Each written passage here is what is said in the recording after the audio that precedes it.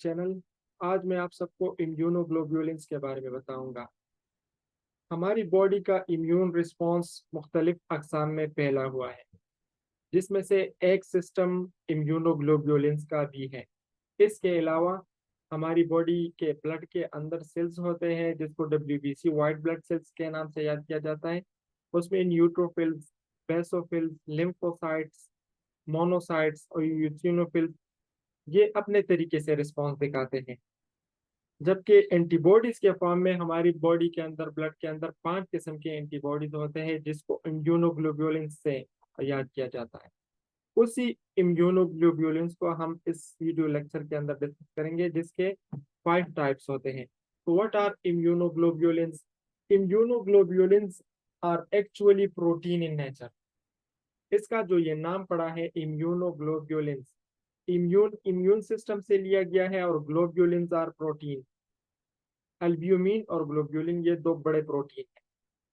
Albumin is a transporter, ज्यादा काम करता है और ब्लड के अंदर ब्लड को बाहर निकलने से भी बचाता है, जैसे इडीमा को रोकता है। अगर अल्ब्यूमिन की मिकदार लेवर बनाना कम कर दे, या उसको कम बनाए, या बॉडी से ज्यादा इसका अखराज हो किडनी के थ्रू, या ऐसी ग़िज़ाएं जिसमें अल्ब्यूमिन हम कम लें, तो उन कंडीशन में अल्ब्यूमिन की कमी की वजह से फिर इडीमा पैदा हो सकता है बॉडी के अंदर।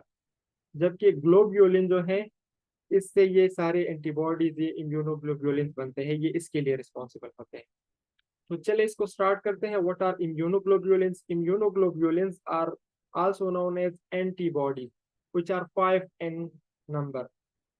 The first one is immunoglobulin G, the second is IgM, the third is IgD, IgA और IgE। ये 5 इम्यूनोग्लोब्यूलिन हमारे ब्लड में मौजूद है, जिसको हम वन बाय वन ब्रीफली इस लेक्चर के अंदर डिस्कस करेंगे। इसका इंट्रोडक्शन मैं दूंगा, ताकि जिन लोगों को इसके मुतालिक कॉन्सेप्ट ना हो, वो कॉन्सेप्ट को अडॉप्ट कर ले, उसको उठाए यहाँ से। तो immunoglobulins are also known as antibodies. They are protein produced by the immune system in response to presence of foreign substances. ये immunoglobulins किसी भी बैक्टीरिया, वायरस, फॉरेन बॉडी या किसी भी टॉक्सिन्स के खिलाफ काम करते हैं। जब भी कोई बैक्टीरिया, वायरस या कोई टॉक्सिन हमारी बॉडी के अंदर, या कोई भी फॉरेन बॉडी हमारे बॉडी के अंदर इंटर होते हैं, तो हमारा इम्यून सिस्टम इन इम्यूनोग्लोब्यूलिन्स को एक्टिव बनाते हैं, एक्टिव करते हैं, और ये उसके खिलाफ फिर मुजाहिमत करते हैं और हमारी बॉडी को प्रोटेक्ट करते हैं। तो immunoglobulins play a critical role in the defending the body against infection and diseases. The first antibodies which are give protection to our body in a long term way, इसको chronic infection के लिए responsible antibody भी कहा जाता है, जिसको IgG antibody बोलते हैं। इम्यूनोग्लोब्यूलिन जी यही एंटीबॉडी है जो साइज में सबसे छोटा है और जो प्लेसेंटा को भी क्रॉस कर सकता है। IgG के बारे में कहा जाता है, ये रिस्पॉन्सिबल होता है ABO इनकम्पेटिबिलिटी के बारे में। कुछ बीमारियां होती है जो फीटल एज में बच्चे को नुकसान पहुंचा सकती है, बच्चा बाय बर्थ उसको ले सकता है, ड्यू टू जो ब्लड का सिस्टम है ABO ग्रुप सिस्टम, उसकी इनकम्पेटिबिलिटी की वजह से। होता यह है कि जो ब्लड का सिस्टम है उसमें RH फैक्टर का बहुत ज्यादा रोल है। तो अगर माँ RH नेगेटिव हो, और जो बेबी है माँ के पेट के अंदर प्रेगनेंसी में ये पड़ा हुआ है, ये अगर RH पॉजिटिव हो, तो माँ के ब्लड के अंदर उसके खिलाफ फिर एंटीबॉडीज बन जाते हैं, और पहला वाला बच्चा तो अक्सर अच्छा सही सलामत डिलीवर हो जाता है। लेकिन जो सेकंड बेबी फिर आता है और उसका ब्लड पॉजिटिव हुआ, तो माँ के अंदर उसके खिलाफ एंटीबॉडीज बने हुए होते हैं, फिर उसको टारगेट करते हैं, और ये बच्चा फिर अक्सर एरिथ्रोब्लास्टोसिस फेटालिस की एक बीमारी है, उसके साथ ये पैदा हो जाता है। तो एरिथ्रोब्लास्टोसिस फेटालिस का जो इलाज या ट्रीटमेंट या इसकी प्रोटेक्शन के लिए जो वैक्सीनेशन का वे है, वो तो अवेलेबल है, लेकिन इसको जानना जरूरी है। अक्सर ABO इनकम्पेटिबिलिटी में जो बाप है बच्चे का, वो RH पॉजिटिव होता है और माँ RH नेगेटिव होती है। तो जब बच्चा जो कंसीव कर लेती है फीमेल, और वो बच्चा RH पॉजिटिव हो, फिर ये मसला आ सकता है। तो इसमें रिस्पॉन्सिबल होता है IgG एंटीबॉडी, क्योंकि ये प्लेसेंटा को क्रॉस कर सकता है। तो फिर बच्चे के खिलाफ जो है माँ के ब्लड के अंदर ये एंटीबॉडीज बन जाते हैं। तो IgG antibody, this is the most common type of the immunoglobulin and is found in the blood and other body fluids. IgG provides long-term protection against infection and is the only type of immunoglobulin that can cross the placenta from mother to fetus. जिस तरह अभी मैंने बताया, IgG antibody long term की protection के लिए, मतलब chronic बीमारियों से रोकने के लिए, प्रोटेक्ट करने के लिए बॉडी को, यह रिस्पॉन्सिबल होता है।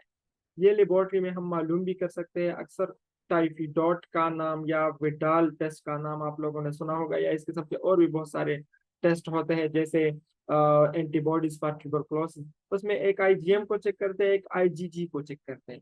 IgM is responsible for the acute infection.